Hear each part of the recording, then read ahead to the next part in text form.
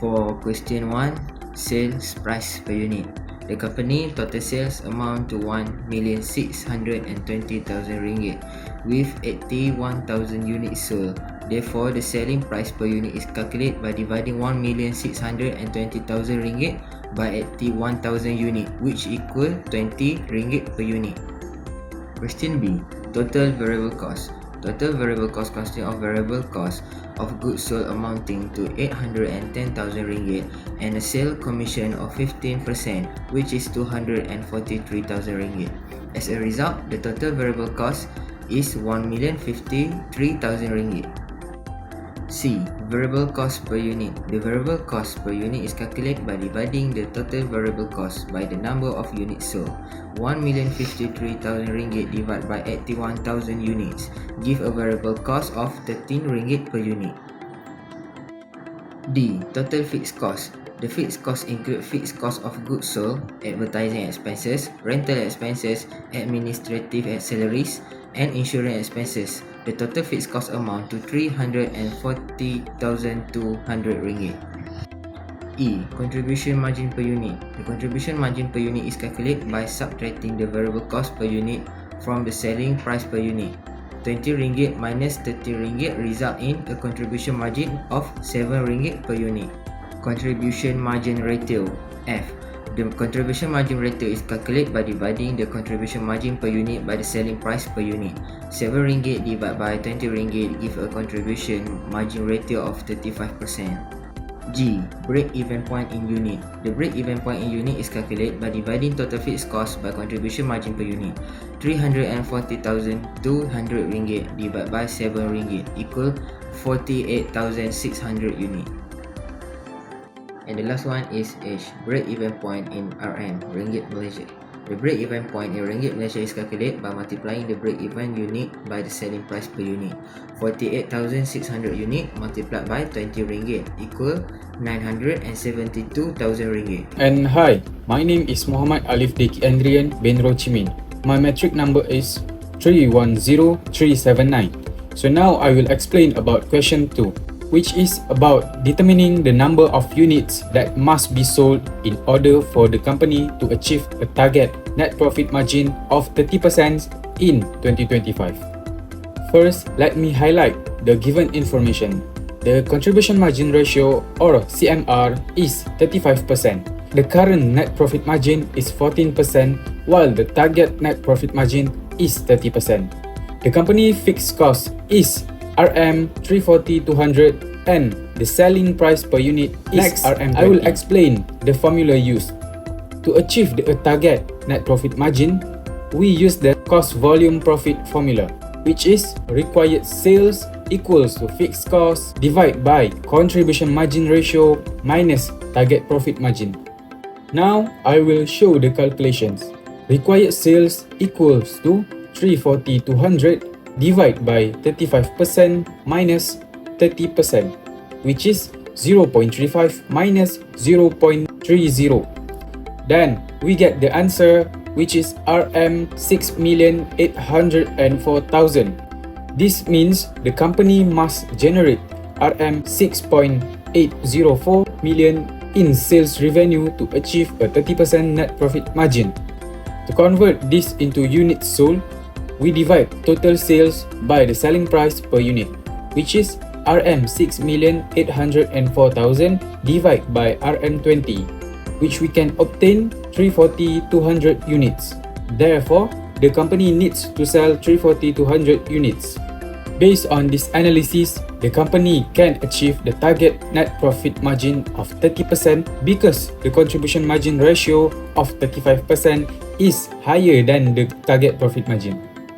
However, to reach this target, the company must increase total sales revenue from RM1.62 million to RM6.804 million, or increase the number of units sold from 81,000 units to 340,200 units. In conclusion, using cost volume profit analysis, the company should focus on increasing sales volume, improving marketing strategies, or expanding its market in order to achieve a desired profit margin. That's all. Thank you. Alright, moving on to question 3. In this scenario, management asked us, what if we can't sell more units? What if we are stuck at 18 1,000 items, but we are still want to hit the 30% profit margin? To answer this, we have to find a new selling formula price. Here, we are using the equation method. Basically, we are saying that our total sales must cover 3 things: our variable cost, our fixed cost, and our target profit. Our variable cost stay at 13 ringgit per unit, which a total 1,015,300 ringgit. Our fixed costs are locked in at the 314,200 ringgit. And the most importantly, our target profit is not a fixed number. It's a 13% of our sales. That's why you see 0.30 multiplied by P and our unit in the formula. Reason we use the equation method here is because our selling price is unknown. Since the target profit is tied to a percentage of sale, the profit amount changes whenever the price changes. By using this algebra equation, we can find the exact price, a point where all the costs are covered and a 13% margin we are solving the algebra by moving our P variable to one side, we get a 15,6700 P equals 1,393,200 ringgit. By dividing that out, we get a required selling price of 24 ringgit and 57 cents. And here is our professional advice to the management. While the math say that 24 ringgit 57 cents, in the real world, there is a 22.85% price hike. Since we are bakery selling bread and pastry, our customers are quite price sensitive. If we are simply increase the price without adding any extra value, we run a huge risk. Customer might jump to our competitors and we would not be able to maintain that 18 1,000 unit value. Assalamualaikum. My name is Mohamad SUFIAN. My metric number is 310479. I'm going to talk about the answer for the question number 4. Firstly, we need to find the new sale for the company.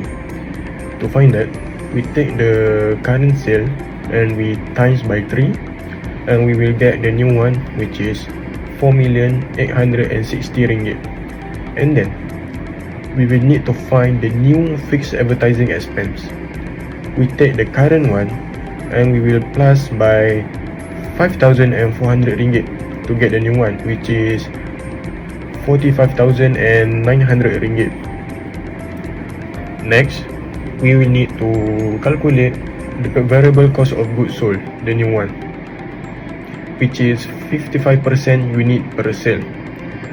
To calculate that, we take 55% and we times by the new sale, and then we will get the new cost of goods sold variable, which is 2,673 ringgit.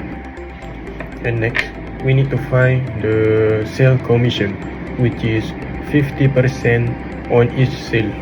To calculate that, we take 50% and we times by the new sale, which is, and then we will get the sale commission, which is 729 ringgit.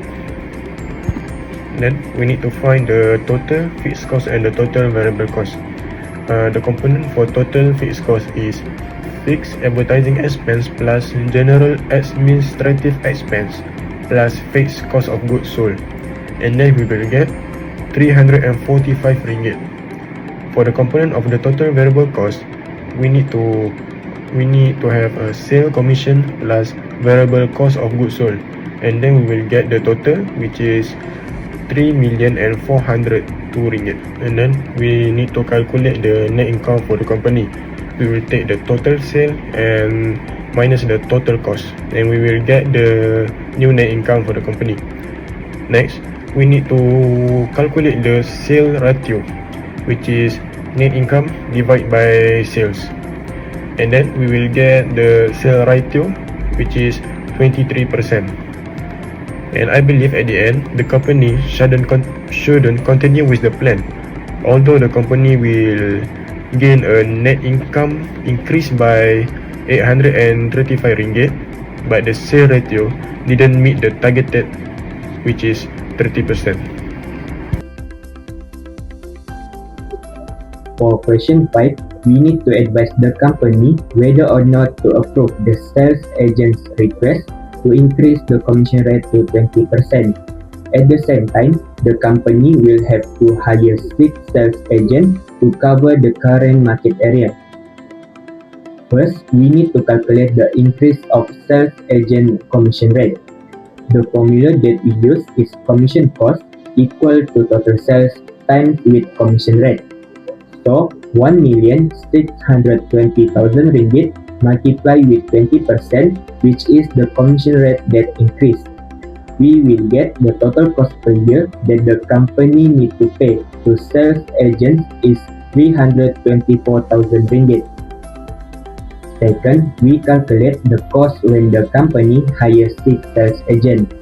First step is find the fixed salary per year, which is salary times 6 sales agents times months in a year. 1,350 ringgit times 6 times 12 months, and we will get 97,200 ringgit. Second step is find the commission cost, which is total sales 1,620,000 ringgit times 5%, and we will get 81,000 ringgit. Lastly, for the total cost per year that the company need to pay when hire 6 sales agents is 97,200 ringgit plus 81,000 ringgit, we will get 178,200 ringgit. Here we can justify that the company should not approve sales agents' request to increase commission rate 20% because hire 6 sales agents are more cheaper. The company can save their cost around 146,000 ringgit. For question 6, Golden Cross Sendirian Berhad can improve its performance and competitiveness in 2025 by implementing several effective business strategies based on cost-volume profit analysis.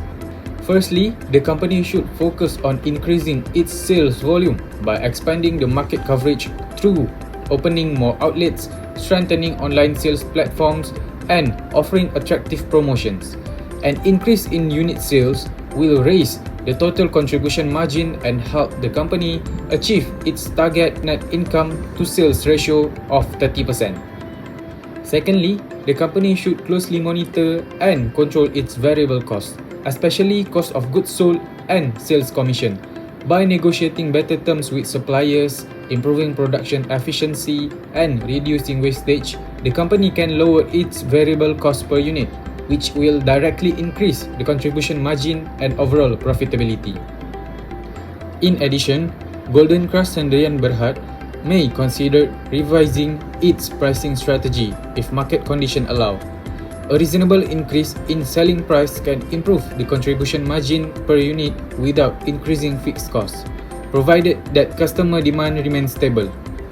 Lastly, the company should also invest in improving product quality and strengthening its brand image through effective advertising and marketing campaign.